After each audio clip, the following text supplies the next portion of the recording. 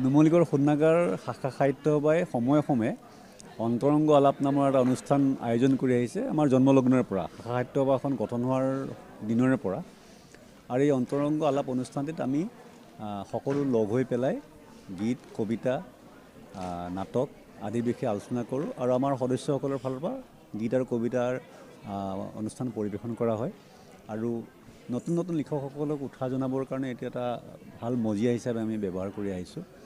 আজি ঠিক তেনেধৰণে এটা অন্তৰংগ আলাপ সন্ধিয়া আমি আয়োজন কৰিছিলোঁ আৰু অন্তৰংগ আলাপটোত আমি গীত আৰু কবিতাৰ এটা সংমিশ্ৰণেৰে ইতিমধ্যে এই অঞ্চলটোত জনপ্ৰিয়তা অৰ্জন কৰা পলাশ লয়িং আৰু ঋষাৰাণী কাশ্যপ তেওঁলোকে যিটো পয়েটিকা নামৰ এটা অনুষ্ঠান আৰম্ভ কৰিছে, তাত অসমৰ বিশিষ্ট কবিসকলৰ কবিতা আৰু অসমৰ বিশিষ্ট সংগীতজ্ঞসকলৰ গান তাৰ এটা অপূৰ্ব সংমিশ্ৰণ কৰি পেলাই তেওঁলোকে এটা পয়েটিকা নামৰ অনুষ্ঠানটো আৰম্ভ কৰিছে। আমি সেই অনুষ্ঠানটি আজি তেওঁলোকক নিমন্ত্ৰণ কৰি পেলাই ইয়াত পৰিৱেশন কৰিলোঁ।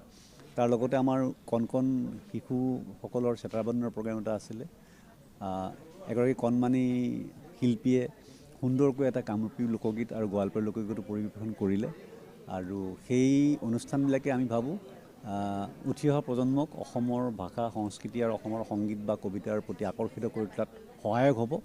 আৰু অসম সাহিত্য সভাৰ এটা সন্মানীয় শাখা হিচাপে আমি এইটো অনুভৱ কৰোঁ যে ভাষাটোক জীয়াই ৰাখিবৰ কাৰণে লিখনিৰ লগতে ভাল সাহিত্যৰ লগতে সেই সাহিত্যৰ পৰিৱেশনটোও খুব গুৰুত্বপূৰ্ণ কথা। সাহিত্যটো কবিতা হওক গল্প হওক, সেই কবিতা গল্পৰ পঠন বা পৰিৱেশনটোৱে লিখিত সাহিত্যক আৰু অধিক জনপ্ৰিয় কৰি ৰাইজৰ মাজলৈ লৈ যোৱাত আমি ভাবোঁ এটা সহায়ক হয়। সেইকাৰণে নুমলীগড় শোধনাগাৰ শাখা সাহিত্য সভাৰ এই প্ৰচেষ্টা অব্যাহত থাকিব। আজি আমাৰ আৰু খুব ভাল লাগিলে, দৰ্শকৰ বিপুল সঁহাৰি পালোঁ।